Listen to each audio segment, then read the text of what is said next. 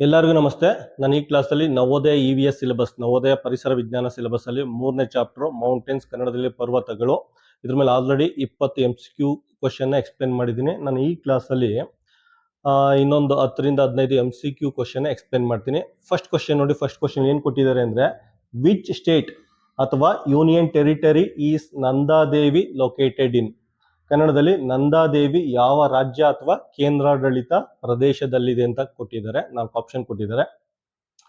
ಒಂದನೇದು ಹಿಮಾಚಲ ಪ್ರದೇಶ, ಎರಡನೇದು ಜಮ್ಮು ಮತ್ತು ಕಾಶ್ಮೀರ, ಮೂರನೇದು ಉತ್ತರಾಖಂಡ, ನಾಲ್ಕನೇದು ಉತ್ತರ ಪ್ರದೇಶ. ಯಾವ್ದಿರ್ಬೋದು? ಆಯ್ತಾ, 5 ಸೆಕೆಂಡ್ ಟೈಮ್ ಕೊಡ್ತೀನಿ. ವಿಡಿಯೋ ಪಾಸ್ ಮಾಡಿ ಕಮೆಂಟ್ ಬಾಕ್ಸ್ ಅಲ್ಲಿ ಮೆನ್ಷನ್ ಮಾಡಿ. ಆಯ್ತಾ, ಇದೊಂದು ರೀತಿ interaction between you and me ಇದ್ದಂಗೆ. ಆಯ್ತಾ, ಅದೊಂಥರ ನೀವು ಕಮೆಂಟ್ ಮಾಡ್ತಾ ಇದ್ದೀರಾ ಅಂದ್ರೆ ನನ್ನ ಪಾಠಕ್ಕೆ ರಿಯಾಕ್ಟ್ ಮಾಡ್ತಾ ಇದ್ದೀರಾ ಅಂತ ಅರ್ಥ. ಆಯ್ತಾ, ಇಂಟ್ರಾಕ್ಷನ್ ಇದ್ದಂಗೆ.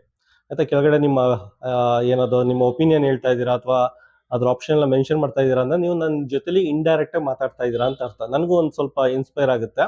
ಮತ್ತೆ ಯಾವ ರೀತಿ ಕಾಮೆಂಟ್ ಎಲ್ಲ ಅಬ್ಸರ್ವ್ ಮಾಡ್ತಾ ಇರ್ತೀನಿ, ಸಾಮಾನ್ಯವಾಗಿ ಅಬ್ಸರ್ವ್ ಮಾಡ್ತಾ ಇರ್ತೀನಿ. ಸೊ ನಮಗೂ ಒಂದು ಸ್ವಲ್ಪ ಇದಾಗುತ್ತೆ. ನಾನು ಸುಮ್ಮನೆ ನನ್ನ ಪಾಡಿಗೆ ನಾನು ಪಾಠ ಮಾಡ್ಕೊಂಡು ಹೋಗ್ತಾರೆ, ಯಾರು ಕಮೆಂಟೇ ಆಗ್ತಾ ಇಲ್ಲ ಅಂದ್ರೆ ಏನ್ ಅನ್ಸುತ್ತೆ? ಟೀಚರ್ ಮಾತಾಡ್ತಾ ಇರ್ತಾರೆ ಕ್ಲಾಸಲ್ಲಿ, ಯಾರು ಆ ಕಡೆಯಿಂದ ರಿಪ್ಲೈ ಬರಲಿಲ್ಲ, ಏನ್ ಅನ್ಸುತ್ತೆ? ಒಂದು ರೀತಿ ಗೊಂಬೆಗಳು ಪಾಠ ಮಾಡ್ದಂಗೆ ಅನ್ಸುತ್ತೆ. ಅದಕ್ಕೋಸ್ಕರ ದಯವಿಟ್ಟು ವಿಡಿಯೋ ಪಾಸ್ ಮಾಡಿ, ವಿಡಿಯೋ ಪಾಸ್ ಮಾಡಿಟ್ಟು ಕಮೆಂಟ್ ಬಾಕ್ಸಲ್ಲಿ ಮೆನ್ಷನ್ ಮಾಡಿ. ಇದೊಂದು ರೀತಿ ಲೈವ್ ಟೆಸ್ಟ್ ಇದ್ದಂಗೆ ನಿಮಗೆ. ಆಯ್ತಾ, ಲೈವ್ ಟೆಸ್ಟಿಂಗ್ ಇದ್ದಂಗೆ.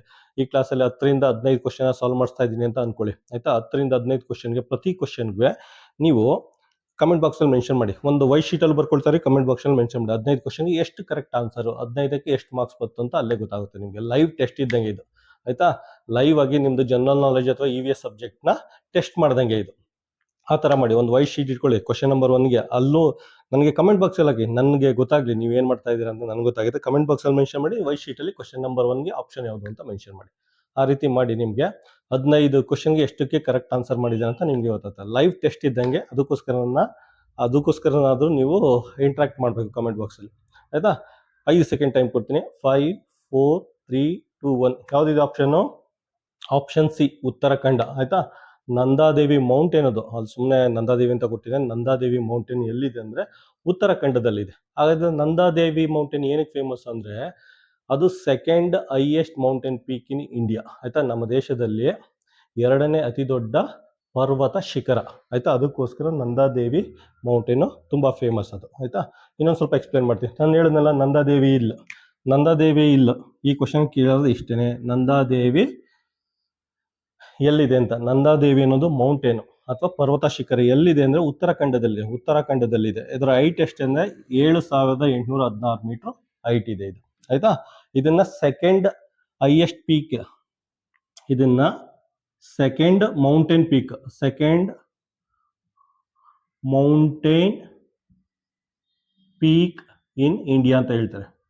ಆಯ್ತಾ, ಕನ್ನಡದಲ್ಲಿ ಭಾರತ ದೇಶದ 2ನೇ ಪರ್ವತ ಶಿಖರ, 2ನೇ ಅತಿ ದೊಡ್ಡ ಪರ್ವತ ಶಿಖರ, ಸೆಕೆಂಡ್ ಹೈಯೆಸ್ಟ್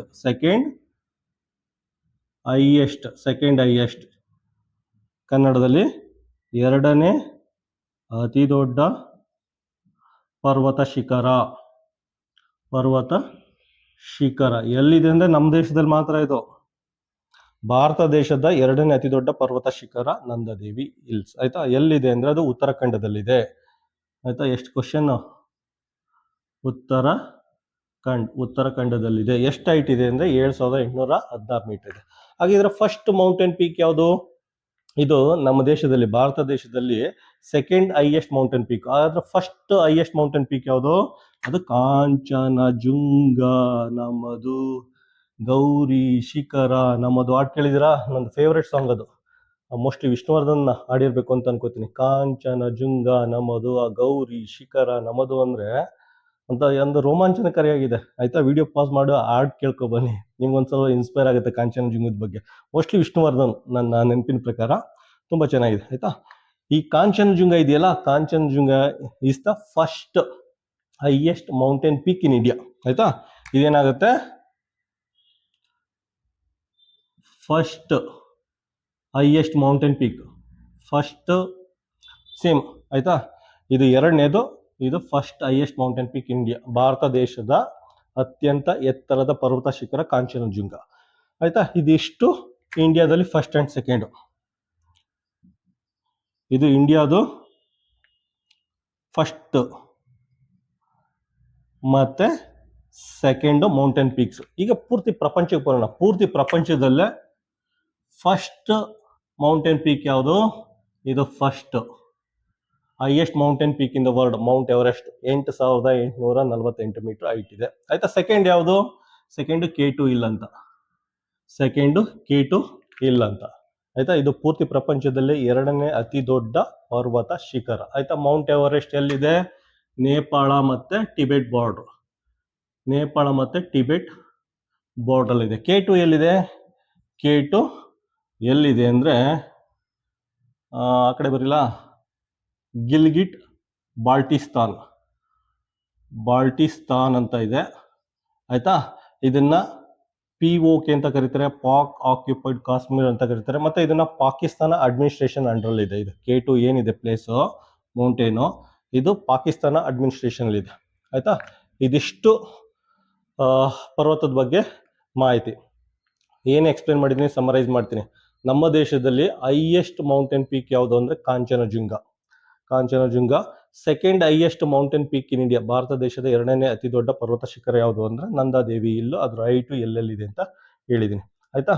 ನೆಕ್ಸ್ಟ್, ಪೂರ್ತಿ ಪ್ರಪಂಚದಲ್ಲೇ ಹೈಯೆಸ್ಟ್ ಮೌಂಟೇನ್ ಪೀಕ್ ಅಂದ್ರೆ ಮೌಂಟ್ ಎವರೆಸ್ಟ್, 8,848 ಮೀಟರ್ ಹೈಟ್ ಇದೆ. ಟಿಬೆಟು ನೇಪಾಳ ಬಾರ್ಡರ್ ಇದೆ. ಅದಾದ್ಮೇಲೆ ಸೆಕೆಂಡ್ ಹೈಯೆಸ್ಟ್ ಪೀಕು K2 ಹಿಲ್ ಅಂತ, ಅದು 8,611 ಮೀಟರ್ ಇದೆ. ಅದೆಲ್ಲಿದೆ ಅಂದ್ರೆ ಗಿಲ್ಗಿಟ್ ಬಾಲ್ಟಿಸ್ತಾನ್ ಅದಿದೆ, ಪಾಕ್ ಆಕ್ಯುಪೈಡ್ ಕಾಶ್ಮೀರ್, ಆ ಪ್ಲೇಸ್ ಅಲ್ಲಿ ಇದೆ.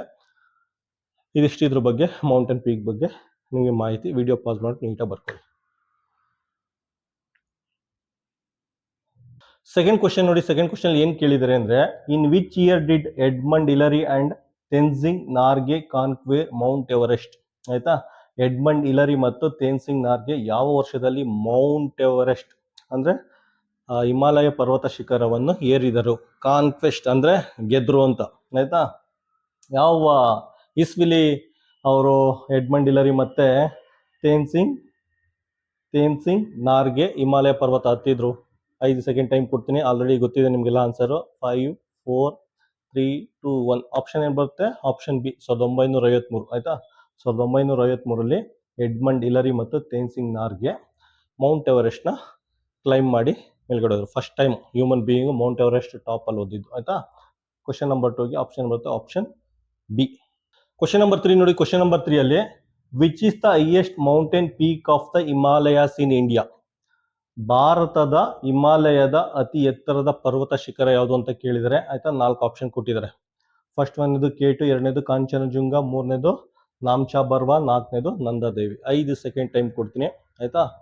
5, 4, 3, 2, 1. ಆಪ್ಷನ್ ಏನು ಬರುತ್ತೆ? ಆಪ್ಷನ್ ಎ ಬರುತ್ತೆ. Option A. ಏನಕ್ಕೆ ಆಪ್ಷನ್ ಎ ಅಂತ ಹೇಳ್ತಾ ಇದ್ದೀನಿ? ಆಯ್ತಾ. ಪ್ರೆಸೆಂಟ್ K2 ಪ್ಲೇಸ್ ಎಲ್ಲಿದೆ ಅಂದ್ರೆ ಗಿಲ್ಗಿಟ್ ಬಾಲ್ಟಿಸ್ತಾನ್ ಅನ್ನೋ ಜಾಗದಲ್ಲಿದೆ. ಇದನ್ನ POK ಅಂತಾನು ಕರೀತಾರೆ, ಪಾಕ್ ಆಕ್ಯುಪೈಡ್ ಕಾಶ್ಮೀರ್ ಅಂತಾನು ಕರೀತಾರೆ. ಇದು ಪಾಕಿಸ್ತಾನದ ಅಡ್ಮಿನಿಸ್ಟ್ರೇಷನ್ ಮಾಡ್ತಾ ಇದೆ. ಇಲ್ಲಿ ಪಾಕಿಸ್ತಾನದ ಆಡಳಿತ ನಡೀತಾ ಇದೆ. ಆಯ್ತಾ. ಇಲ್ಲಿ ಪಾಕಿಸ್ತಾನದ ಆಡಳಿತ ಇಲ್ಲಿ ನಡೀತಾ ಇದೆ. ಯಾವುದು? ಈ ಪ್ಲೇಸ್ ಅಲ್ಲಿ K2 ಮೌಂಟೇನ್ ರೇಂಜ್ ಇದೆಯಲ್ಲ, ಗಿಲ್ಗಿಟ್ ಬಾಲ್ಟಿಸ್ತಾನ್ ಅನ್ನೋ ಪ್ಲೇಸ್ ಅಲ್ಲೇ ಪಾಕ್ ಆಕ್ಯುಪೈಡ್ ಕಾಶ್ಮೀರ್ ಅಂತ ಹೇಳ್ತಾ ಇದೆ.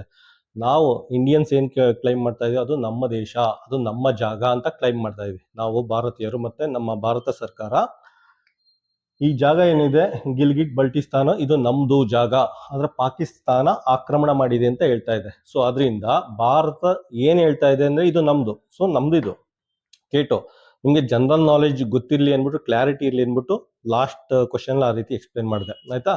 ಪಾಕಿಸ್ತಾನ ಇಲ್ಲಿ ಆಡಳಿತ ನಡೆಸ್ತಾ ಇದೆ ಪ್ರೆಸೆಂಟ್, ಆದ್ರೆ ಭಾರತ ಕ್ಲೈಮ್ ಮಾಡ್ತಾ ಇದ್ದು ನಮ್ದು ಜಾಗ, ಪಾಕಿಸ್ತಾನ ಆಕ್ರಮಣ ಮಾಡ್ತಾ ಇದೆ ಅಂತ ಕೇಳಿದೆ. ಸೊ ಕ್ವಶನ್ ಈ ರೀತಿ ಅಪಿಯರ್ ಆದಾಗ ನೀವೇನಂತ ಹೇಳ್ಬೇಕು? K2 ಅಂತ ಹೇಳ್ಬೋದು. ಆಯ್ತಾ. Which is the highest mountain peak of the Himalayas in India? ಆಯ್ತಾ. ಭಾರತ ದೇಶದಲ್ಲಿ ಹಿಮಾಲಯ ರೇಂಜಲ್ಲಿ ಹೈಯೆಸ್ಟ್ ಮೌಂಟೇನ್ ಪೀಕ್ ಯಾವುದು? K2. ಆಯ್ತಾ. K2 ಅಂತ ಹೇಳ್ತಾರೆ. ಆಯ್ತಾ. K2 ಅಂದ್ರೆ ಏನು ಗೊತ್ತಾ? ಕರಾಕೋರಂ. K ಅಂದ್ರೆ ಕರಾಕೋರಂ. ಆಯ್ತಾ. ಇದನ್ನ ಮೌಂಟೇನ್ ರೇಂಜ್ ಅಂತಾನು ಕರೀತಾರೆ, ಕರಾಕೋರಂ ಮೌಂಟೇನ್ ರೇಂಜ್. ಆಯ್ತಾ. ಕರಾಕೋರಂ ಮೌಂಟೇನ್ ರೇಂಜ್ ಪರ್ವತದ್ದು ಇದ್ದಿದ್ದಿಲ್ಲ, ಶ್ರೇಣಿ ಇದೆಯಲ್ಲ, ಪರ್ವತ ಶ್ರೇಣಿ ಇದೆಯಲ್ಲ, ಆ ಪರ್ವತ ಶ್ರೇಣಿಲಿ ಅತ್ಯಂತ ಎತ್ತರದ ಶಿಖರ ಅಂದ್ರೆ ಇದು ಕರಕೋರಂ ಅಥವಾ K2 ಅಂತ ಕರೀತಾರೆ. ಆಯ್ತಾ. ಕೆ ಅಂದ್ರೆ ಕರಕೋರಂ, ಟು ಅಂದ್ರೆ ಏನು? ಟು ಅಂದ್ರೆ highest peak in the world ಅಂತ. ಆಯ್ತಾ. Second highest peak in the world. Two ಅಂದ್ರೆ ಸೆಕೆಂಡ್ ಹೈಯೆಸ್ಟ್ ಪೀಕ್. ಅಂದ್ರೆ Mount Everest first highest peak, ಇದು ಸೆಕೆಂಡ್ ಹೈಯೆಸ್ಟ್ ಪೀಕ್, ಅದಕ್ಕೆ ಇದನ್ನ K2 ಅಂತ ಕರೀತಾರೆ. ಅರ್ಥ ಆಯ್ತಾ ಎಲ್ಲರಿಗೂ?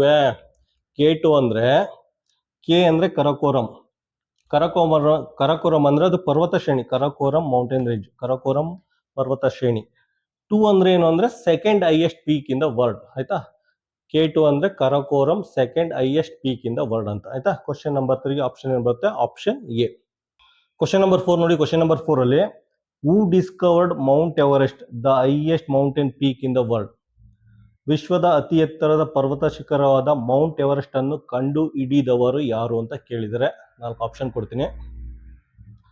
ಫಸ್ಟ್ ಒಂದೇದು ಎಡ್ಮಂಡ್ ಹಿಲರಿ, ಮೂರನೇದು ತೇನ್ಸಿಂಗ್ ಶರ್ಪಾ, ಮೂರನೇದು ಬಚೇಂದ್ರಿ ಪಾಲ್, ನಾಲ್ಕನೇದು sir George Everest.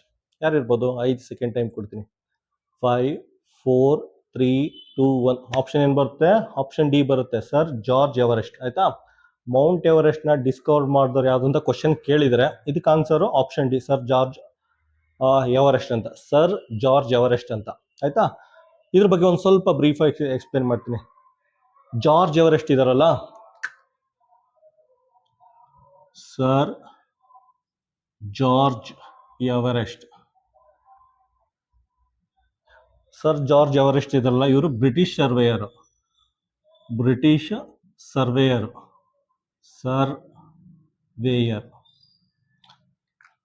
Sir George Everest British surveyor. ಇವರು ನಮ್ಮ ದೇಶ ಎಲ್ಲ ನೋಡಿದಿರ್ತಾನೆ, ಇಂಡಿಯಾ ಮ್ಯಾಪ್ ನೋಡಿದಿರ್ತಾನೆ, ಈ ತರ ಇದೆ ನಮ್ಮ ದೇಶ. ಆಯ್ತಾ.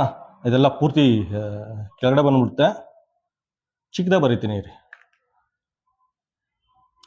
ಬರೀತೀನಿ, ಇಲ್ಲಾಂದ್ರೆ ಬೋರ್ಡಿಂದ ಆಚೆ ಹೊರಟೋಗುತ್ತೆ.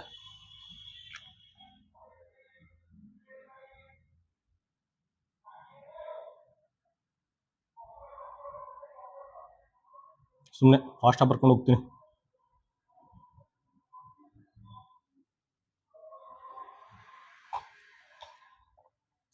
ಸರ್ ಜಾರ್ಜ್ ಎವರೆಸ್ಟ್ ಇದ್ರಲ್ಲ, ನಮ್ಮ ದೇಶನ ಭಾರತದ ದಕ್ಷಿಣ ತುದಿಯಿಂದ ಉತ್ತರ ತುದಿವರೆಗೂ ಸರ್ವೆ ಮಾಡಿದ್ದಾರೆ. ಆಯ್ತಾ. ಸಾವಿರಾರು ಕಿಲೋಮೀಟರ್ ಸರ್ವೆ ಮಾಡಿದವರು ಇವರು, sir George Everest. Scientific accuracy. ಆಯ್ತಾ. 18ನೇ ಶತಮಾನದಲ್ಲೇ ಸೈಂಟಿಫಿಕ್ ಆಕ್ಯುರೇಸಿಲಿ ನಮ್ಮ ಪೂರ್ತಿ ಸಬ್ ಕಾಂಟಿನೆಂಟ್ ಇದೆಯಲ್ಲ, ಭಾರತ ದೇಶ, ಪೂರ್ತಿ ಭಾರತದ ಸಬ್ ಕಾಂಟಿನೆಂಟ್ನ ಬ್ರಿಟಿಷ್ ಸರ್ವೇಯರು ಜಾರ್ಜ್ ಎವರೆಸ್ಟ್ ಅವರು ಸರ್ವೆ ಮಾಡಿದ್ದು. ಆಯ್ತಾ. ಈ ಮೌಂಟ್ ಎವರೆಸ್ಟ್ ನ ಯಾರು ಅದನ್ನ ಹೈಟ್ ನ ಫೌಂಡ್ ಮಾಡಿದವರು ಅಂದ್ರೆ ಅವ್ರ ಹೆಸರು ಬೇರೆ ಇದೆ, ಆಂಡ್ರ್ಯೂ ಸ್ಕಾಟ್ ಅಂದ್ಬಿಟ್ಟು. ಆಂಡ್ರ್ಯೂ ಸ್ಕಾಟ್ ವಾ ಅಂತ. ಆಂಡ್ರ್ಯೂ ಸ್ಕಾಟ್ ವಾಗ್ ಅಂದ್ಬಿಟ್ಟು, ಇದು ಸ್ಪೆಲ್ ಮಿಸ್ಟೇಕ್ ಆಗಿದೆ, WAUGH. ಆಯ್ತಾ. ಆಕ್ಚುಲಿ ಮೌಂಟ್ ಎವರೆಸ್ಟ್ ನ ಸರ್ವೆ ಮಾಡಿದ್ದು ಆಂಡ್ರ್ಯೂ ಸ್ಕಾಟ್ ವಾಗ್ ಅನ್ಬಿಟ್ಟು. ಆಯ್ತಾ. ಎಷ್ಟನೇ ಇಸ್ವಿಲಿ? 1856ನೇ ಇಸ್ವಿಲಿ. ಆಯ್ತಾ. ಇದು ನಿಜವಾದ ಫ್ಯಾಕ್ಟ್. ಮೌಂಟ್ ಎವರೆಸ್ಟ್ ನ ಸರ್ವೆ ಮಾಡಿದ್ದು ಆಂಡ್ರ್ಯೂ ಸ್ಕಾಟ್ ವಾಗ್ ಅಂತ 1856ನೇ ಇಸ್ವಿಲಿ. ಆಯ್ತಾ. ಅಷ್ಟೊತ್ತಿಗಾಗ್ಲೇ ಇವ್ರು ರಿಟೈರ್ಡ್ ಆಗ್ಬಿಟ್ಟಿದ್ರು. ಸರ್ ಜಾರ್ಜ್ ಎವರೆಸ್ಟ್ ಅಷ್ಟೊತ್ತಿಗೆ ಆಲ್ರೆಡಿ ರಿಟೈರ್ಡ್ ಆಗ್ಬಿಟ್ಟಿದ್ರು. ನಮ್ಮ ದೇಶಕ್ಕೆ ಬಂದಿರಲ್ಲ, ಬ್ರಿಟಿಷ್ ಜೊತೆ ಬಂದಿರಲ್ಲ, ಇವರು ಸರ್ವೇಯವರು ಪೂರ್ತಿ ಇಂಡಿಯನ್ ಸಬ್ ಕಾಂಟಿನೆಂಟ್, ಆಯ್ತಾ, ಸೌತ್ ಇಂದ ಹಿಡಿದು ನಾರ್ತ್ ವರ್ಗು ಇಂಚು ಸರ್ವೆ ಮಾಡಿದವರು ಸರ್ ಜಾರ್ಜ್ ಎವರೆಸ್ಟ್. ಇಷ್ಟೆಲ್ಲ ಕಾಂಟ್ರಿಬ್ಯೂಟ್ ಮಾಡಿದಿರಲ್ಲ ನಮ್ಮ ದೇಶಕ್ಕೆ ಅಂದ್ಬಿಟ್ಟು ಇವ್ರು ಏನ್ ಮಾಡ್ಬಿಟ್ರು, ಆಂಡ್ರ್ಯೂ ಸ್ಕಾಟ್ ವಾಗ್ ಅಂತ ಇವರು ಸರ್ವೇಯರು, ಅವ್ರು ಹೇಳಿದ್ರು ಮೌಂಟ್ ಎವರೆಸ್ಟ್ಗೆ ಇವ್ರ ಹೆಸರು ಇಡಿ ಅಂತ. ಆಯ್ತಾ. ಮೌಂಟ್ ಎವರೆಸ್ಟ್ ಏನಿದೆ ಅದಕ್ಕೆ ಇವ್ರ ಹೆಸರು ಇಡಿ ಅಂದ್ಬಿಟ್ಟು ಅವರು ಹೇಳಿದ್ರು. ಆಯ್ತಾ. ಅದಕ್ಕೆ ಹಿಮಾಲಯ ಪರ್ವತ ಏನಿದೆ ಹೈಯೆಸ್ಟ್ ಪೀಕ್, ಅದಕ್ಕೆ ಮೌಂಟ್ ಎವರೆಸ್ಟ್ ಅಂತ ಕರೀತಾರೆ. ಮೌಂಟ್ ಅಂದ್ರೆ ಪರ್ವತ, ಎವರೆಸ್ಟ್ ಅಂದ್ರೆ ಇವ್ರದ್ದು ಸರ್ ನೇಮ್. ಸೊ ಇದು ಹಿಸ್ಟ್ರಿ. ಅದಾದ್ಮೇಲೆ ಏನಾಯ್ತು, ಯಾವಾಗ ಮೌಂಟ್ ಎವರೆಸ್ಟ್ ನ ಕ್ಲೈಮ್ ಮಾಡಿದ್ದು? 1953ರಲ್ಲಿ. ಮೌಂಟ್ ಎವರೆಸ್ಟ್ ಯಾವಾಗ ಕ್ಲೈಮ್ ಮಾಡಿದ್ದು? 1953ನೇ ಇಸ್ವಿಲಿ ಕ್ಲೈಮ್ ಮಾಡಿ. ಎಡ್ಮಂಡ್ ಹಿಲರಿ ಮತ್ತೆ ಶರ್ಪಾ ಅವರು 1953ನೇ ಇಸ್ವಿಲಿ ಮೌಂಟ್ ಎವರೆಸ್ಟ್ ತುದಿನ ಹೋಗಿ ಏರಿದ್ರು. ನೋಡಿ ಎಷ್ಟು, ಮೌಂಟ್ ಎವರೆಸ್ಟ್ ಫೌಂಡ್ ಆದ್ಮೇಲೆ ಸುಮಾರು 97 ವರ್ಷ ಆದ್ಮೇಲೆ ಮೌಂಟ್ ಎವರೆಸ್ಟ್ ಮೇಲೆ ಜನಗಳು ಹೋಗಿದ್ದು. ಆಯ್ತಾ. ಇವ್ರು ಜಸ್ಟ್ ಸರ್ವೆ ಮಾಡಿದ್ರು. ಇಷ್ಟು ಹೈಟ್ ಇದೆ Mount Everest, highest peak in the world ಅಂತ ಸರ್ವೆ ಮಾಡಿದ್ರು. ಸರ್ವೆ ಮಾಡಿ 97 ವರ್ಷ ಆದಮೇಲೆ ಜನಗಳು ನಿಜವಾಗ್ಲೂ ಹೋಗಿ ಅದ್ರ ಮೇಲೆ ಕಾಲಿಟ್ರು. ಆಯ್ತಾ, ಇದಿಷ್ಟು ಮೌಂಟ್ ಎವರೆಸ್ಟ್ ಬಗ್ಗೆ ಫ್ಯಾಕ್ಟ್. ಆಯ್ತಾ, ಮತ್ತೆ ಸುಮಾರು ಜನ ಅನ್ಕೊಂಡಿರ್ತೀರಾ ಅದ್ರ ಮೇಲೆ ಕಾಲಿಡದಂತೆ ಸರ್ವೆ ಹೆಂಗ್ ಮಾಡಿದ್ರು ಅಂದ್ರೆ, ಟ್ರಿಗ್ನೋಮೆಟ್ರಿಕ್ ಫಾರ್ಮುಲಾ ಇದೆ. ಟ್ರಿಗ್ನೋಮೆಟ್ರಿಕ್ ಫಾರ್ಮುಲಾ ಅಥವಾ ಟ್ರಿಗ್ನೋಮೆಟ್ರಿಕ್ ಸರ್ವೆ ಅಂತ ಐತೆ. ಆ ಕಾನ್ಸೆಪ್ಟ್ ಯೂಸ್ ಮಾಡಿ ನಾವು ಯಾವುದೇ ಬಿಲ್ಡಿಂಗ್ ಇರ್ಬೋದು, ಬೆಟ್ಟ ಇರ್ಬೋದು, ಅದು ಮೇಲಕ್ಕೆ ಹೋಗದಂತೆ ನಾವು ಅದ್ರ ಹೈಟ್ನ ಫೈಂಡ್ ಔಟ್ ಮಾಡ್ಬೋದು. ಆಮೇಲೆ ಕೆಳಗಡೆ ಕಮೆಂಟ್ ಬಾಕ್ಸಲ್ಲಿ ಕಮೆಂಟ್ ಹೊಡಿತಾ ಕೂತ್ಕೊಬಿಟ್ಟಿರಾ, ಏನದು ಹಿಮಾಲಯ ಪರ್ವತದ ಮೇಲೆ ಕಾಲಿಡದಂತೆ ಅದು ಯಾವ ರೀತಿ ಸರ್ವೆ ಮಾಡಿದ್ರು ಹಿಮಾಲಯ ಪರ್ವತ ಅನ್ಬಿಟ್ಟು ಕಮೆಂಟ್ ಮಾಡ್ತಾ ಕೂತ್ಕೊಬಿಟ್ಟಿರ. ಹೆಂಗ್ ಇದ್ ಮಾಡ್ತಾರೆ ಅಂದ್ರೆ, ಟ್ರಿಗ್ನೋಮೆಟ್ರಿಕ್ ಸರ್ವೆ ಇದೆ, ಆ ಮೆಥಡ್ ಯೂಸ್ ಮಾಡಿದ್ರೆ ನೀವು ಯಾವುದೇ ಬಿಲ್ಡಿಂಗ್ ಇರ್ಬೋದು, ಪರ್ವತ ಇರ್ಬೋದು, ಅಥವಾ ಯಾವುದೇ ಒಂದು ಲೈಟ್ ಕಂಬ, ಪೋಲು ಇರ್ಬೋದು, ಆ ಫಾರ್ಮುಲಾ ಯೂಸ್ ಮಾಡ್ಕೊಂಡು ನೀವು ಅದ್ರದ್ದು ಹೈಟ್ ಎಷ್ಟಿದೆ ಅಂದ್ಬಿಟ್ಟು ನಾವು ಕೂತ್ಕೊಂಡೆ ನಾವಿರೋ ಜಾಗದಿಂದನೇ ಕಂಡುಹಿಡಿಬೋದು. ಸೊ ಅದ್ರ ಕಾನ್ಸೆಪ್ಟ್ ಅದೇ ಬೇಸಿಸ್ ಮೇಲೆ 1856 ಆಂಡ್ರ್ಯೂ ಸ್ಕಾಟ್ ವಾಗ್ ಅನ್ನೋರು ಹಿಮಾಲಯ ಪರ್ವತ ಮೌಂಟ್ ಎವರೆಸ್ಟ್ ನ ಸರ್ವೆ ಮಾಡಿ ಅದು highest peak in the world ಅಂತ ಹೇಳಿದ್ರು. ಮತ್ತೆ ಇವರು ಜಾರ್ಜ್ ಎವರೆಸ್ಟ್ ಅವರು ಪೂರ್ತಿ ನಮ್ಮ ದೇಶಕ್ಕೆ ಇಷ್ಟೆಲ್ಲ ಕಾಂಟ್ರಿಬ್ಯೂಟ್ ಮಾಡಿದ್ರಲ್ಲ ಅಂದ್ಬಿಟ್ಟು ಇವ್ರ ಹೆಸರನ್ನೇ ಮೌಂಟ್ ಎವರೆಸ್ಟ್ಗೆ ಇಟ್ರು. ಇದಿಷ್ಟು ಇದ್ರ ಬಗ್ಗೆ ಫ್ಯಾಕ್ಟ್ಸ್. ಆಯ್ತಾ, ಕ್ವಶನ್ ನಂಬರ್ 4ಗೆ ಆಪ್ಷನ್ ಡಿ. ಕ್ವಶನ್ ನಂಬರ್ 5 ನೋಡಿ. ಕ್ವಶನ್ ನಂಬರ್ 5 ಅಲ್ಲಿ Bachendri Pal was born in. Bachendri Pal ಎಲ್ಲಿ ಜನಿಸಿದರು ಅಂತ ಕೇಳಿದ್ರೆ 4 ಆಪ್ಷನ್ ಕೊಟ್ಟಿದ್ದಾರೆ. 5 ಸೆಕೆಂಡ್ ಟೈಮ್ ಕೊಡ್ತೀನಿ. 5 4 3 2 1. ಯಾವ್ದಿದೆ ಆಪ್ಷನು? ಆಯ್ತಾ, ಹರಿಯಾಣ, ಉತ್ತರಾಖಂಡ, ಜಾರ್ಖಂಡ್, ಮೇಲಿನ ಯಾವುದು ಅಲ್ಲ ಅಂತ 4 ಆಪ್ಷನ್ ಕೊಟ್ಟಿದ್ದಾರೆ. ಯಾವ್ದು ಆಪ್ಷನ್? Option B Uttarakhand. ಆಯ್ತಾ, ಬಚೇಂದ್ರಿ ಪಾಲ್ ಯಾರು? Bachendri Pal first Indian women to reach Mount Everest. ಆಯ್ತಾ, ಬಚೇಂದ್ರಿ ಪಾಲ್ ಏನಿದ್ದಾರೆ ಅವರು ಭಾರತ ದೇಶದ ಮೊದಲ ಮಹಿಳೆ ಹಿಮಾಲಯ ಪರ್ವತ ಹತ್ತಿದ್ದು. ಆಯ್ತಾ, ಬಚೇಂದ್ರಿ ಪಾಲ್, ಅದನ್ನ ನೆನಪಿರ್ಬೇಕು, ಫಸ್ಟ್ ಕ್ಲಾಸಲ್ಲಿ ಎಕ್ಸ್ಪ್ಲೇನ್ ಮಾಡಿದೆ. ಆಯ್ತಾ, ಯಾವಾಗ ಹತ್ತಿದ್ದು? 23 ಮೇ 1984. ನಾನು ಇನ್ನೂ ಹುಟ್ಟೇ ಇರಲಿಲ್ಲ. ಆಲ್ರೆಡಿ ಬಚೇಂದ್ರಿ ಪಾಲ್ ಅವರು ಹಿಮಾಲಯ ಪರ್ವತ ಮೇಲೆ ಹೋಗಿ ಕೂತಿದ್ರು. ಆಯ್ತಾ, 23 ಮೇ 1984. ನಾನು ಮೇ, ಜೂನ್, ಜುಲೈ, ನಾನು ಹುಟ್ಟಿದ್ದು ಜುಲೈ 1984. ಆಯ್ತಾ, ಅದಕ್ಕೆ ಮುಂಚೆನೆ ಹೋಗಿ ಬಚೇಂದ್ರಿ ಪಾಲ್ ಅವರು ಹಿಮಾಲಯ ಪರ್ವತ ಹತ್ತು ಕೂತಿದ್ದಾರೆ. ಆಯ್ತಾ ನೋಡಿ, ನಾವೆಲ್ಲ ಏನ್ ಮಾಡ್ತಾ ಇದೀವಿ? ಏನು ಮಾಡ್ತಾ ಇಲ್ಲ, ಅವ್ರ ಬಗ್ಗೆ ಎಕ್ಸ್ಪ್ಲೇನ್ ಮಾಡ್ತಾ ಕೂತಿದ್ದೀವಿ. ಸಾಧನೆ ಅನ್ನೋದು ಏನು ಅಲ್ವೇ ಇಲ್ಲ ನಾವು ಮಾಡ್ತಾ ಇರೋದು. ಆಯ್ತಾ, ಜಸ್ಟ್ ಅವ್ರ ಬಗ್ಗೆ ಸಾಧನೆ ಮಾಡಿ ಅವ್ರ ಬಗ್ಗೆ ಎಕ್ಸ್ಪ್ಲೇನ್ ಮಾಡ್ತಾ ಇದ್ವಿ. ಸಾಧನೆ ಯಾವ ರೀತಿ ಮಾಡಬೇಕು ಅಂದ್ರೆ, ಇತಿಹಾಸದಲ್ಲಿ ಒಂದು ಪುಟ ಹೋಗಿ ನಿಂತಿರ್ಬೇಕು ನಮ್ಮ ಬಗ್ಗೆ ಒಂದು ಚಾಪ್ಟರ್, ಆ ರೀತಿ ಸಾಧನೆ ಮಾಡಬೇಕು. ಅಟ್ಲೀಸ್ಟ್ ಜನರಲ್ ನಾಲೆಜ್ ಎಲ್ಲಾರ ಹೆಸರು ಮೆನ್ಷನ್ ಮಾಡಬೇಕು, ಅದನ್ನ ಸಾಧನೆ ಅಂತಾರೆ. ಆಯ್ತಾ, ಬಚೇಂದ್ರಿ ಪಾಲ್ ಅಂದ್ರೆ first Indian women to reach Mount Everest. Bharat ದೇಶದ ಮೊದಲ ಮಹಿಳೆ ಹಿಮಾಲಯ ಪರ್ವತದ ಶಿಖರ ಏರೋದು 23 ಮೇ 1984. ಇವ್ರದ್ದು ಬರ್ತ್ ಪ್ಲೇಸ್ ಎಲ್ಲಿ ಅಂದ್ರೆ ಉತ್ತರಾಖಂಡ್. ಮತ್ತೆ ಇವ್ರಿಗೆ ಪದ್ಮಭೂಷಣ,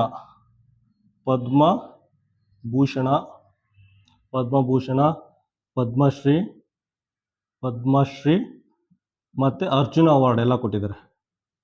ಅರ್ಜುನ ಅವಾರ್ಡ್. ಆಯ್ತಾ, ಇದಿಷ್ಟು ಅವಾರ್ಡ್ ಬಚೇಂದ್ರಿ ಪಾಲ್ ಅವ್ರಿಗೆ ಕೊಟ್ಟಿದ್ದಾರೆ. ಆಯ್ತಾ, ಕ್ವಶನ್ ನಂಬರ್ 5ಗೆ ಆಪ್ಷನ್ ಬರುತ್ತೆ ಆಪ್ಷನ್ ಬಿ. ನೋಡಿ, ಬಚೇಂದ್ರಿ ಪಾಲ್ ಅವರು ನಾನು ಹುಟ್ಟಕ್ಕೆ ಮುಂಚೆನೆ ಸುಮಾರು 41 ವರ್ಷದಿಂದ ಹಿಮಾಲಯ ಪರ್ವತ ಏರಿದ್ದಾರೆ.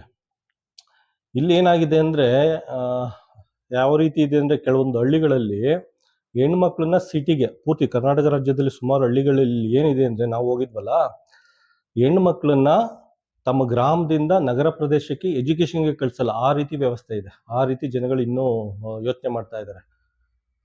ಅವರೆಲ್ಲ ಹೆಣ್ಣುಮಕ್ಳು ಯಾವ ರೀತಿ ಫಾರ್ವರ್ಡ್ ಇದ್ದಾರೆ ಅಂದ್ರೆ, ಏನಕ್ಕೆ ಅಂದ್ರೆ ಅವರೆಲ್ಲ ಎಜುಕೇಶನ್ ಕೊಡ್ಸಿದ್ರು, ಅವ್ರ ತಂದೆ ತಾಯಿ ಅವ್ರಿಗೆಲ್ಲ ಪ್ರಾಪರ್ ಎಜುಕೇಶನ್ ಕೊಡ್ಸಿದ್ರು. ಅದಕ್ಕೆ ಮುಂದೆ ಯೋಚನೆ ಮಾಡ್ಕೊಂಡೋಗಿ ಅಷ್ಟೊಂದು ಫಾರ್ವರ್ಡ್ ಆಗಿರೋದು.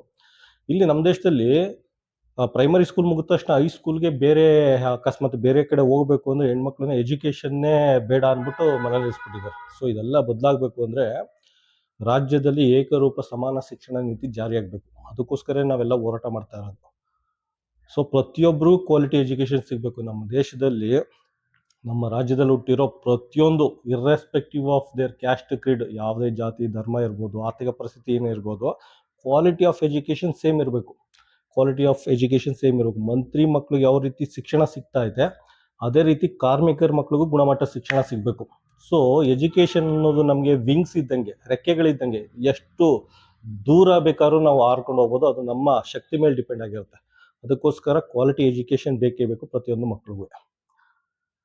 ಓಕೆ, ಇದರಲ್ಲಿ ಕ್ವಶನ್ ನಂಬರ್ 5ಗೆ ಆಪ್ಷನ್ ಬಿ. ಕ್ವಶನ್ ನಂಬರ್ 6 ನೋಡಿ. ಕ್ವಶನ್ ನಂಬರ್ 6 ಅಲ್ಲಿ which of the following state do not lie in Himalayas. ಈ ಕೆಳಗಿನ ಯಾವ ರಾಜ್ಯ ಹಿಮಾಲಯದಲ್ಲಿ ಇಲ್ಲ ಅಥವಾ ಹಿಮಾಲಯ ಪರ್ವತ ಶ್ರೇಣಿಯಲ್ಲಿ ಇಲ್ಲ ಅಂತಾನು ಕೇಳ್ಬೋದು. ಆಯ್ತಾ, 4 ಆಪ್ಷನ್ ಕೊಟ್ಟಿದ್ದಾರೆ. ಜಮ್ಮು ಮತ್ತೆ ಕಾಶ್ಮೀರ, ಹಿಮಾಚಲ ಪ್ರದೇಶ, ರಾಜಸ್ಥಾನ, ಉತ್ತರಾಖಂಡ. ಯಾವುದು ಹಿಮಾಲಯ ರೇಂಜ್ ಅಲ್ಲಿ ಬರಲ್ಲ? 5 ನಿಮಿಷ ಟೈಮ್ ಕೊಡ್ತೀನಿ. 5 4 3 2 1. ಆಪ್ಷನ್ ಏನ್ ಬರುತ್ತೆ? Option C Rajasthan. ಆಯ್ತಾ, ರಾಜಸ್ಥಾನ ಎಲ್ಲೋ ಇದೆ, ಹಿಮಾಲಯ ಪರ್ವತ ಎಲ್ಲೋ ಇದೆ. ಸೊ ಅದಕ್ಕೂ ಇದಕ್ಕೂ ಸಂಬಂಧ ಇಲ್ಲ. ಆ ಹಿಮಾಲಯನ್ ರೇಂಜು ಅಥವಾ ಹಿಮಾಲಯ ಪರ್ವತ ಶ್ರೇಣಿಯಲ್ಲಿ ರಾಜಸ್ಥಾನ ಬರಲ್ಲ. ಜಮ್ಮು ಮತ್ತೆ ಕಾಶ್ಮೀರ ಬರುತ್ತೆ ಮೇಲ್ಗಡೆ, ಜಮ್ಮು ಮತ್ತೆ ಕಾಶ್ಮೀರ ಬರುತ್ತೆ. ಅದಾದ್ಮೇಲೆ ಹಿಮಾಚಲ ಪ್ರದೇಶ ಬರುತ್ತೆ, ಅದಾದ್ಮೇಲೆ ಉತ್ತರಾಖಂಡ, ಇದೆಲ್ಲ ಬರುತ್ತೆ. ಆಯ್ತಾ, ಸೊ ರಾಜಸ್ಥಾನ ಬರಲ್ಲ. ಕ್ವಶನ್ ನಂಬರ್ 6ಗೆ option C. Question number 7. To climb mountain we should. ಪರ್ವತಗಳನ್ನು ಹತ್ತಲು ನಾವು ಯಾವ ರೀತಿ ಹತ್ತಬೇಕು ಅಂತ ಕೇಳಿದ್ದಾರೆ. 4 ಆಪ್ಷನ್ ಕೊಟ್ಟಿದ್ರೆ. ಆಯ್ತಾ, ಆಪ್ಷನ್ ಎ ಲೀನ್ ಫಾರ್ವರ್ಡ್, ಮುಂದಕ್ಕೆ ಬಾಗಿ. ಆಪ್ಷನ್ ಬಿ ಲೀನ್ ಬ್ಯಾಕ್ವರ್ಡ್, ಹಿಂಗೆ ಬೆಟ್ಟ ಹತ್ತದ. ಆಪ್ಷನ್ ಸಿ ವಾಕ್ ಸ್ಟ್ರೈಟ್ಲಿ, ಬೆಟ್ಟ ಹಿಂಗೆ ಹತ್ತದ.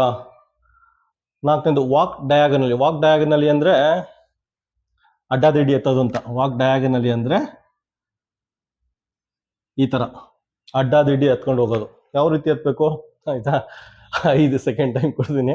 5 4 3 2 1. ಬೆಟ್ಟ ಯಾವ ರೀತಿ ಎತ್ತಬೇಕು ಅಂದ್ರೆ ಲೀನ್ ಫಾರ್ವರ್ಡ್. ಆ ಫಿಗರ್ ನೋಡಿ ಗೊತ್ತಾಗುತ್ತೆ. ಲೀನ್ ಫಾರ್ವರ್ಡ್, ಯಾವ್ದಾ ಬೆಟ್ಟ ಗುಡ್ಡ ಮೊದಲೇ ಹಿಂಗೆ ಇರುತ್ತೆ, ಅದನ್ನ ಮುಂದಕ್ಕೆ ಬಾಗಿ. ಆ ಫಿಗರ್ ನೋಡಿ ಯಾವ ರೀತಿ ಬೆಟ್ಟ ಗುಡ್ಡ ಹತ್ತಾ ಇದ್ರು, ಮುಂದಕ್ಕೆ ಬಾಗಿ ಎತ್ತಬೇಕು. ಆಯ್ತಾ, ಇದೆಲ್ಲ ಕಾಮನ್ ಸೆನ್ಸ್ ಕ್ವಶನ್.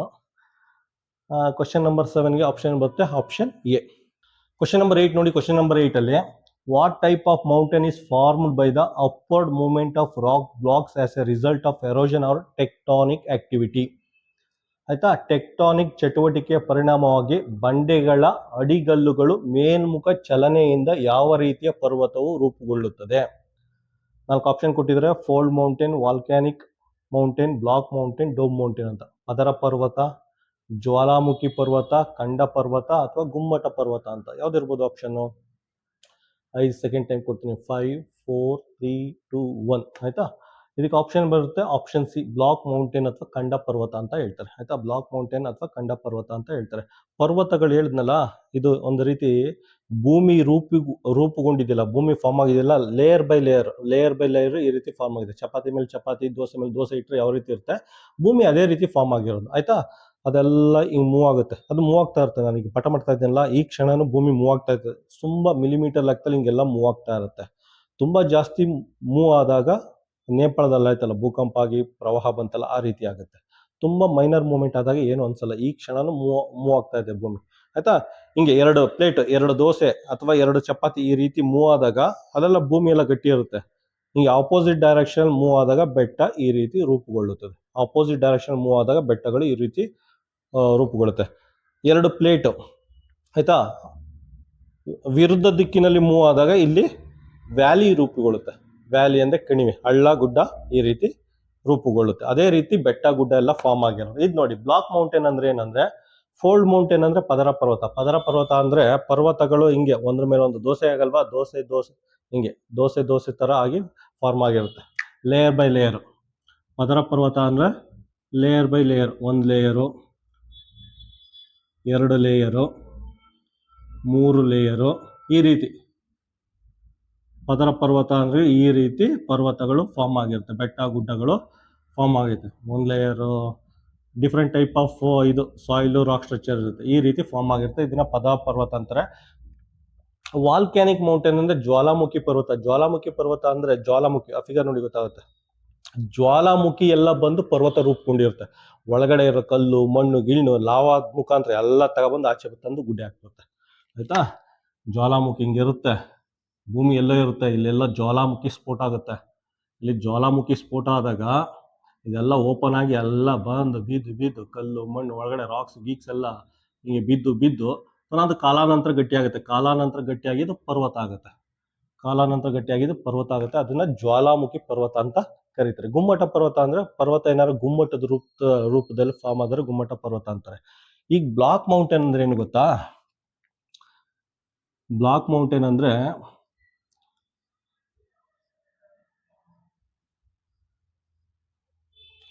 ಈ ರೀತಿ ಇರುತ್ತೆ ಭೂಮಿ ಅಂತ ತಿಳ್ಕೊಳ್ಳಿ. ಆಯ್ತಾ, ಇದೊಂದು ಬ್ಲಾಕ್ ಅಂದ್ರೆ ಕಲ್ಲಿನ ಪದರ,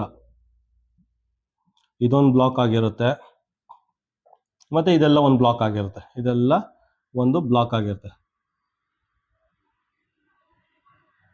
ಇದೊಂದು ಬ್ಲಾಕು ಎಲ್ಲ ಕಲ್ಲು ಅಕ್ಕಪಕ್ಕ ಚಪ್ಪಟಿ ಕಲ್ ತರ, ಚಪ್ಪಟಿ ಕಲ್ಲು, ಸೈಜ್ ಗಲ್ಲು, ದಿಂಡ್ಗಲ್ಲೆಲ್ಲ ನೋಡಿರ್ತಿರಲ್ಲ ಮನೆ ಕಟ್ಬೇಕಾರೆ, ಆ ತರ ಕಲ್ಲುಗಳು ಇರುತ್ತೆ ಅಂತ ತಿಳ್ಕೊಳ್ಳಿ.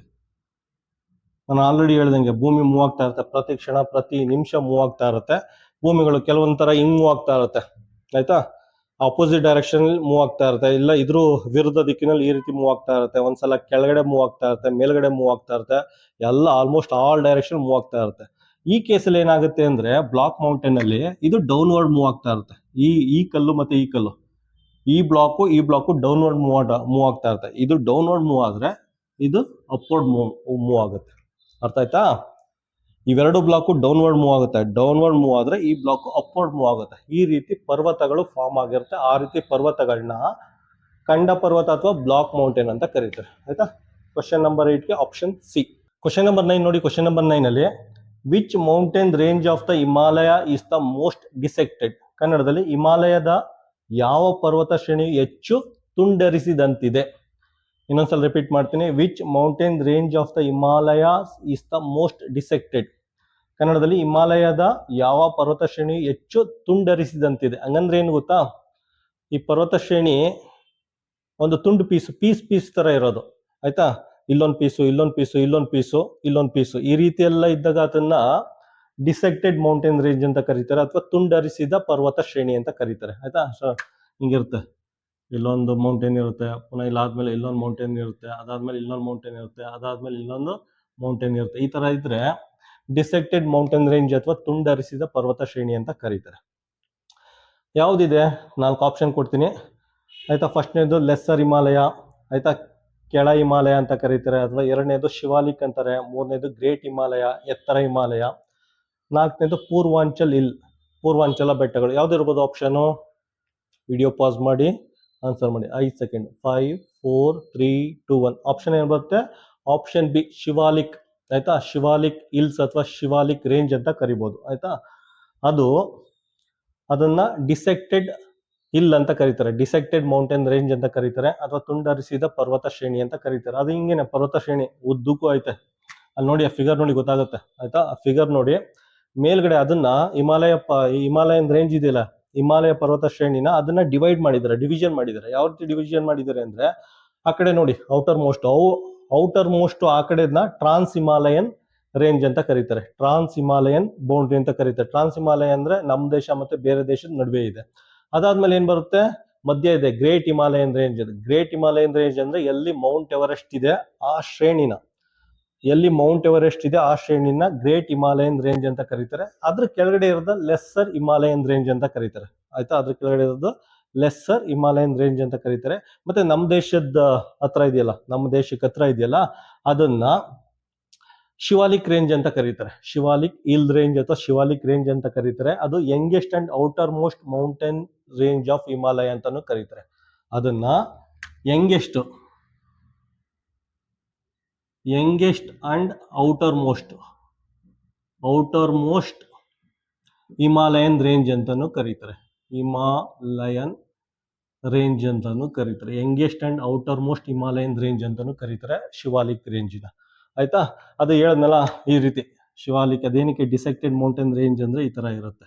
ಆಯ್ತಾ, ಹಿಂಗೆ ಈ ತರ ಇದ್ರೆ ಅದನ್ನ ಮೌಂಟೇನ್ ರೇಂಜ್ ಅಂತ, ಡಿಸೆಕ್ಟೆಡ್ ಮೌಂಟೇನ್ ರೇಂಜ್ ತುಂಡರಿಸಿದ ಪರ್ವತ ಶ್ರೇಣಿ ಅಂತ ಕರೀತಾರೆ. ಆಯ್ತಾ, ಆ ಫಿಗರ್ ನೆನಪಲ್ಲಿ ಇರಲಿ, ಯಾವ್ದು ಬೇಕಾದ್ರೂ ಕ್ವಶನ್ ಕೇಳ್ಬೋದು. ಲೆಸ್ಸರ್ ಹಿಮಾಲಯ ಬಗ್ಗೆ ಕೇಳ್ಬೋದು, ಗ್ರೇಟ್ ಹಿಮಾಲಯ ಬಗ್ಗೆ ಕೇಳ್ಬೋದು, ಮತ್ತೆ ಟ್ರಾನ್ಸ್ ಹಿಮಾಲಯನ್ ರೇಂಜ್ ಎಲ್ಲಿದೆ ಇದನ್ನೆಲ್ಲ ಕೇಳ್ಬೋದು. ಕ್ವಶನ್ ಯಾವ ರೀತಿ ಬೇಕಾದ್ರೂ ಅಪಿಯರ್ ಆಗಿರ್ಬೋದು. ಆದ್ರಿಂದ ಎಲ್ಲಾ ರೀತಿನೂ ನೀವು ಇದಿರ್ಬೇಕು, ರೆಡಿ ಇರಬೇಕು. ಕ್ವಶನ್ ನಂಬರ್ 9ಗೆ ಆಪ್ಷನ್ ಬರುತ್ತೆ, ಆಪ್ಷನ್ ಬಿ.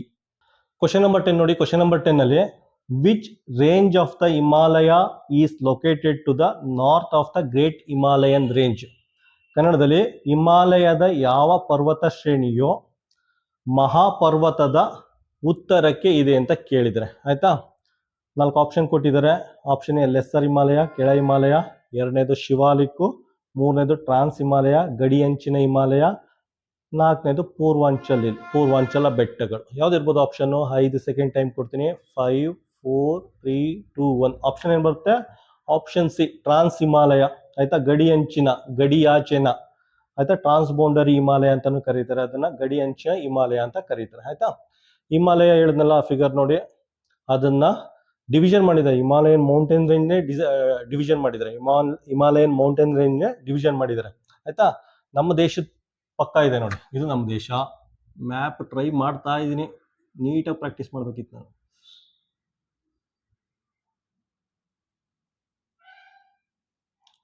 ಬಾ ಬಿಡಿಸ್ತೆ, ಈ ಕಡೆ ಇರಲಿ.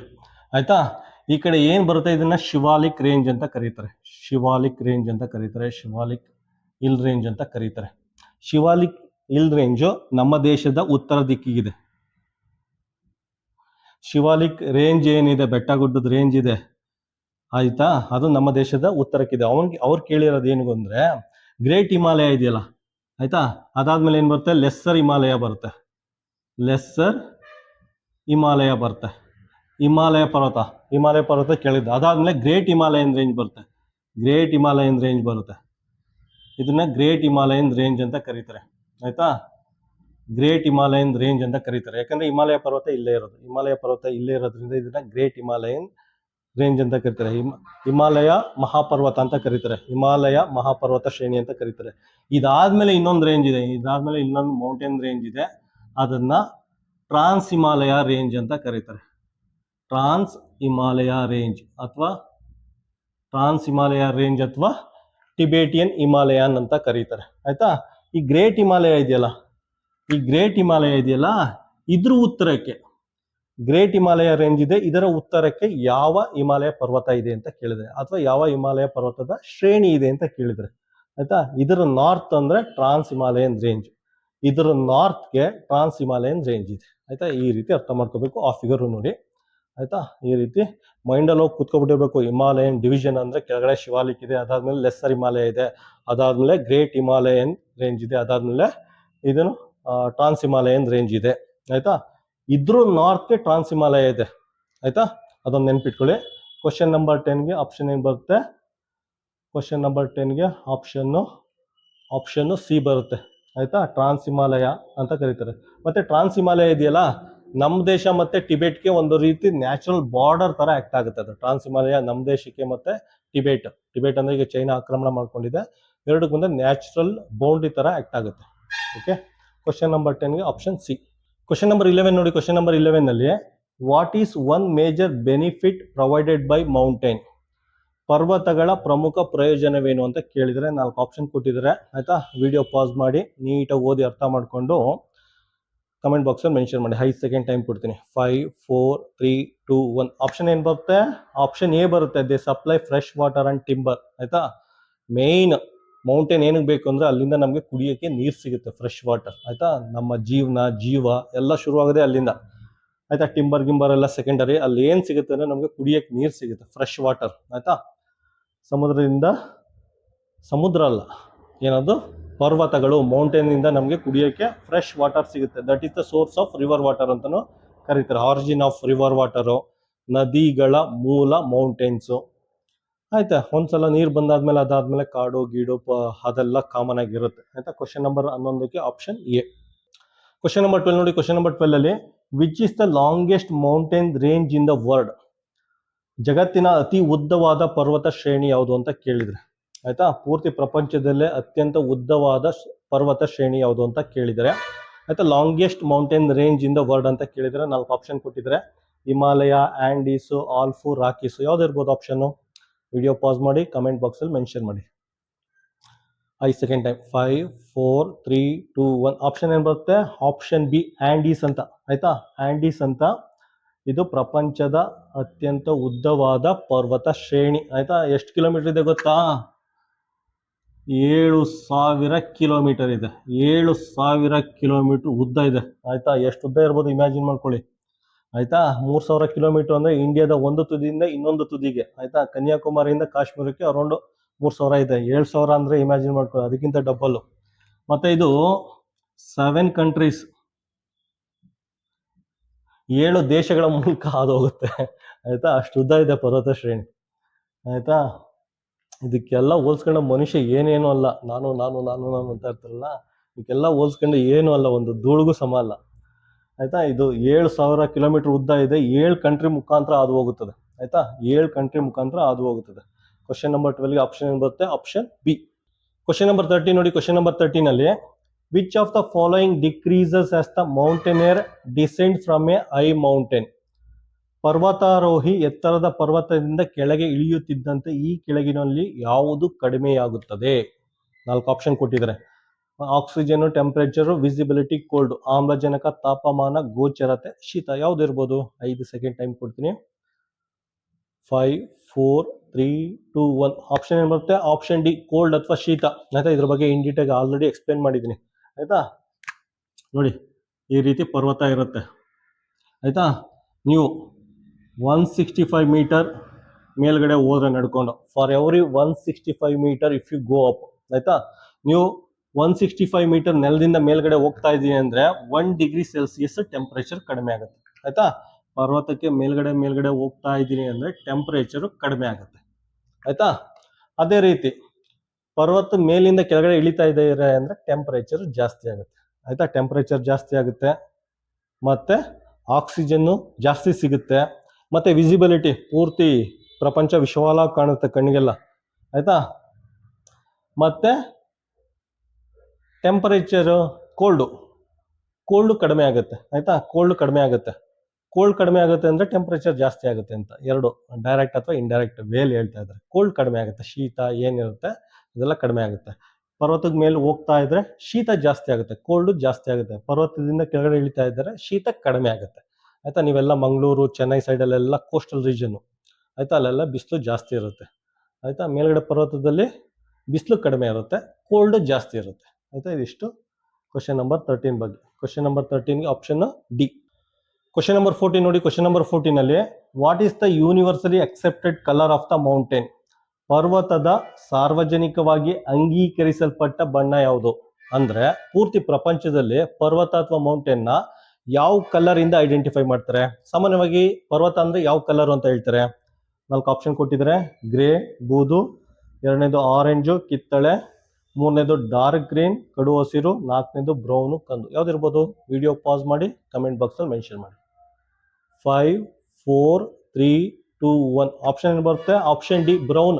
ಆಯ್ತಾ, ಕಂದು ಬಣ್ಣ ಅಂತ ಕರಿತೇವೆ. ಸಾಮಾನ್ಯವಾಗಿ ಮಕ್ಕಳೆಲ್ಲ ಏನ್ ಮಿಸ್ಟೇಕ್ ಮಾಡ್ತಾರೆ ಅಂದ್ರೆ ಡಾರ್ಕ್ ಗ್ರೀನ್ ಅಂತ ಹಾಕ್ಬಿಡ್ತಾರೆ. ಡಾರ್ಕ್ ಗ್ರೀನು, ಕಡು ಹಸಿರು ಫಾರೆಸ್ಟ್ ನ ಪೂರ್ತಿ ಪ್ರಪಂಚದಲ್ಲಿ ಡಾರ್ಕ್ ಗ್ರೀನು ಅದರಿಂದ ಐಡೆಂಟಿಫೈ ಮಾಡ್ತಾರೆ. ಮೌಂಟೇನ್ ಎಲ್ಲ ಆಲ್ಮೋಸ್ಟ್ ಬ್ರೌನ್ ಅಂತ ಕರೆಯೋದು. ಆಯ್ತಾ, ಬ್ರೌನ್ ಅಥವಾ ಕಂದು ಬಣ್ಣದಲ್ಲಿ ಇದೆ ಅಂತ ಕರೆಯೋದು. ಸೊ ಕನ್ಫ್ಯೂಸ್ ಆಗ್ಬೇಡಿ. ಫಾರೆಸ್ಟ್ ಗ್ರೀನು, ಮೌಂಟೇನು ಬ್ರೌನ್, ಕಂದು. ಕ್ವಶನ್ ನಂಬರ್ 14ಗೆ ಆಪ್ಷನ್ ಡಿ. ಕ್ವಶನ್ ನಂಬರ್ 15 ನೋಡಿ. ಕ್ವಶನ್ ನಂಬರ್ 15 ಅಲ್ಲಿ what kind of problem do mountaineer have to face at extreme altitude. ಅತ್ಯಂತ ಎತ್ತರದಲ್ಲಿ ಪರ್ವತಾರೋಹಿಗಳು ಯಾವ ರೀತಿಯ ಸಮಸ್ಯೆಗಳನ್ನು ಎದುರಿಸಬೇಕಾಗುತ್ತದೆ? 4 ಆಪ್ಷನ್ ಕೊಟ್ಟಿದ್ದಾರೆ. ರೈನು, ಎರಡನೇದು ವಿಂಡ್ ಸ್ಟಾರ್ಮ್, ಮೂರನೇದು extreme cold and lack of oxygen, ನಾಲ್ಕನೇದು ಆಲ್ ಆಫ್ ದಿಸ್, ಮಳೆ, ಬಿರುಗಾಳಿ, ಅತಿಯಾದ ಚಳಿ ಮತ್ತು ಆಮ್ಲಜನಕದ ಕೊರತೆ. ಇವೆಲ್ಲವು ಯಾವ್ದಿರ್ಬೋದು ಆಪ್ಷನ್? 5 ಸೆಕೆಂಡ್ ಟೈಮ್ ಕೊಡ್ತೀನಿ. 5 4 3 2 1. ಆಯ್ತಾ, ಆಪ್ಷನ್ ಏನ್ ಬರುತ್ತೆ? ಆಪ್ಷನ್ ಡಿ, ಇವೆಲ್ಲವು. ಆಯ್ತಾ, ನೀವು ಪರ್ವತದ ಮೇಲ್ಗಡೆ ಹೋಗ್ತಾ ಏನಾಗುತ್ತೆ? ಮಳೆ ಬರುತ್ತೆ. ಆಯ್ತಾ, ಯಾಕೆಂದ್ರೆ ಮೋಡಗಳೆಲ್ಲ ಇರುತ್ತೆ, ಮಳೆ ಬರುತ್ತೆ ಸಾಮಾನ್ಯವಾಗಿ. ಮತ್ತೆ ಬಿರುಗಾಳಿ ಜಾಸ್ತಿ ಇರುತ್ತೆ, ವಿಂಡ್ ಸ್ಟಾರ್ಮ್ ಮತ್ತು ಬಿರುಗಾಳಿ ಜಾಸ್ತಿ ಇರುತ್ತೆ. Extreme cold and lack of oxygen, ಮೇಲ್ಗಡೆ ಹೋಗ್ತಾ ಇದ್ದಂಗೆ ಚಳಿ ಜಾಸ್ತಿ ಇರುತ್ತೆ, ಕೋಲ್ಡ್ ಮತ್ತೆ ಆಕ್ಸಿಜನ್ ಕಡಿಮೆ ಇರುತ್ತೆ. ಆಯ್ತಾ, ಮೇಲಿನ ಆಪ್ಷನ್ ಎ ಬಿ ಸಿ ಎಲ್ಲ ಸರಿ ಹೋಗುತ್ತೆ, ಅದಕ್ಕೆ ಆಪ್ಷನ್ ಡಿ ಅಂತ ಮಾರ್ಕ್ ಮಾಡಿ. ಆಲ್ ಆಫ್ ದೀಸ್, ಇವೆಲ್ಲವು. ಆಯ್ತಾ, ಕ್ವಶನ್ ನಂಬರ್ 15ಗೆ ಆಪ್ಷನ್ ಡಿ.